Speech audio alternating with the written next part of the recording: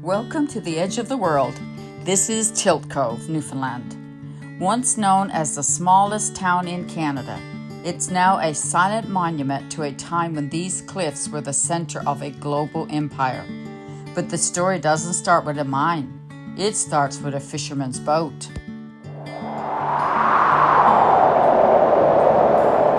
In 1857, Isaac Winsor was just trying to keep his boat steady in these rough waters. He used heavy metallic stones as ballast. When a prospector named Smith McKay saw those rocks, he realized they weren't just weight, they were high-grade copper. Within years, this quiet cove became an industrial powerhouse. To understand why this place was so rich, we have to look back 500 million years.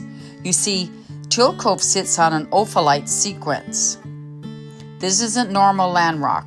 It's a literal slice of the ancient ocean floor, thrust upwards by colliding continents. These red and orange stains you see in the cliffs, that's iron and copper, bleeding from the Earth's crust. Deep under the ancient sea, volcanic vents called black smokers spewed mineral-rich fluids. These cooled into what geologists call volcanogenic massive sulfides, or VMS deposits.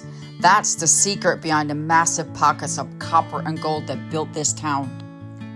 By the early 1900s, over 1,500 people lived here. They had bowling alleys, brass bands, and a life built on rock. But the cliffs were dangerous. In 1912, an avalanche struck, killing 5.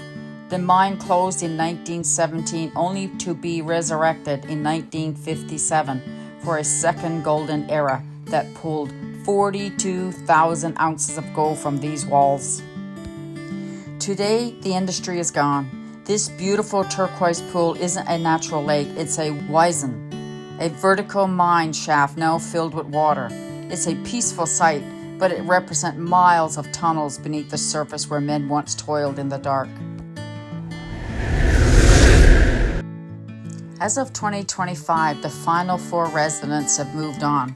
The town is silent now, but the geology remains. The copper and gold are still tucked away in these cliffs, waiting for the next chapter. Thanks for joining me on this journey into the Earth's history. I'm your prospector, and I'll see you on the next outcrop.